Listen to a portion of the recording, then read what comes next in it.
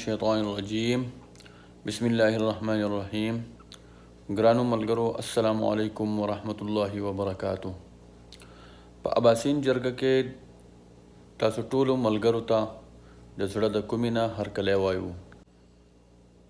ګرانو او درنو ملګرو، یو ورځ مخکې مونږ د تاریخ په حواله سره یو ویډیو جوړه کړې وه چې هغې کې مونږ د جنوبي ایشیا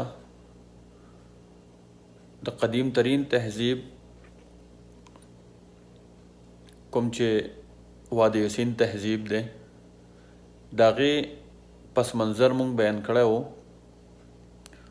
نو چونکې هغه اردو کې و نو ډیرو پښتنو ملګرو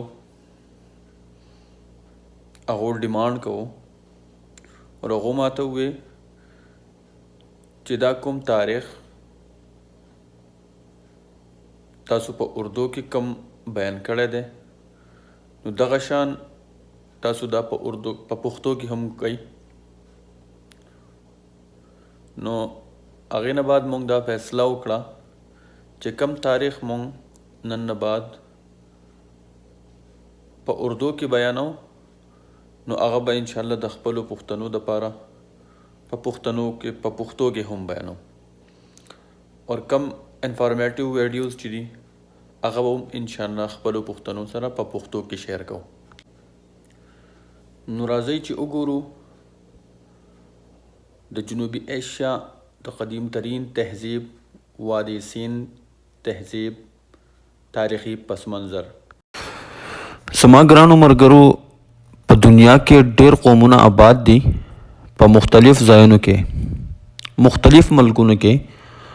خو دا قومونه څنګه آباد دي او د دوی طور طریقې، رهن سهن وغیرہ څه دي اور دا چلیږي څنګه. نو ګرانو ملګرو، د هر قوم خپل یو تهذیب وي چې د هغې د لاندې هغه قوم، هغه خلک خپل ژوند تیری کوم چې د هغې علاقې د هغې تهذیب مطابق وي. خو اوس سوال دا دی چې تهذیب څه شی دی او د دې مطلب څه دی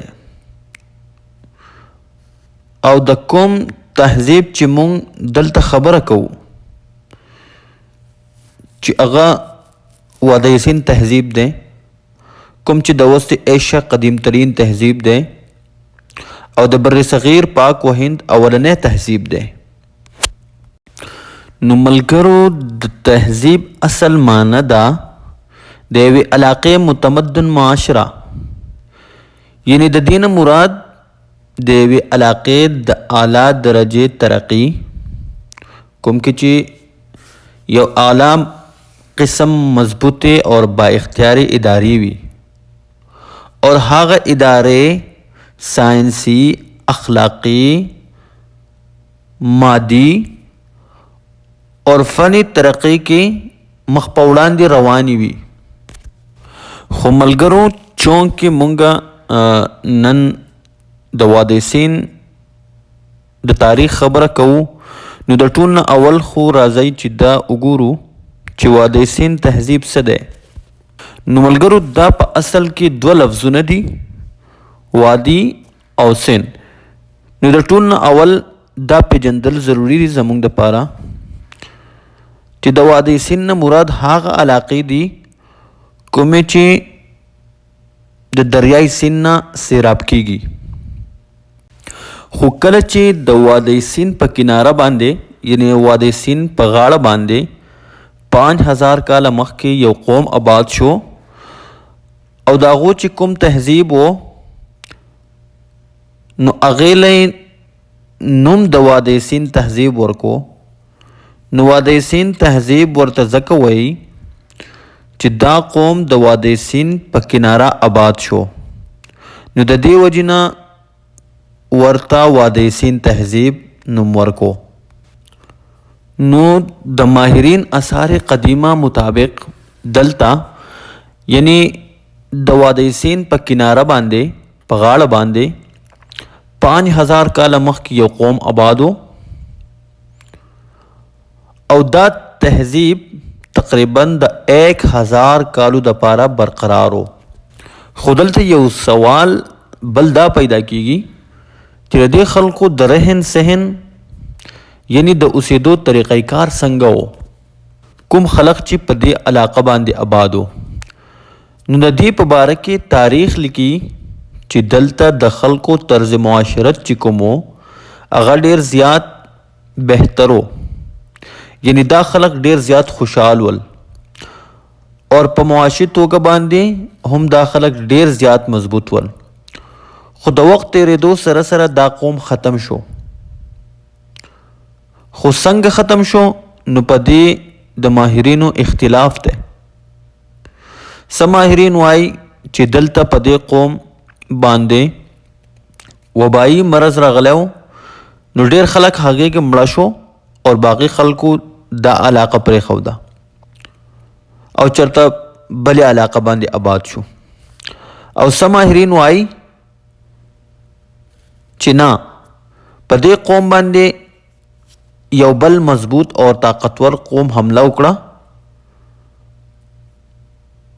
او دا قوم د دې علاقې نه بدر کړل، یعنی د دې علاقې نه وباسل.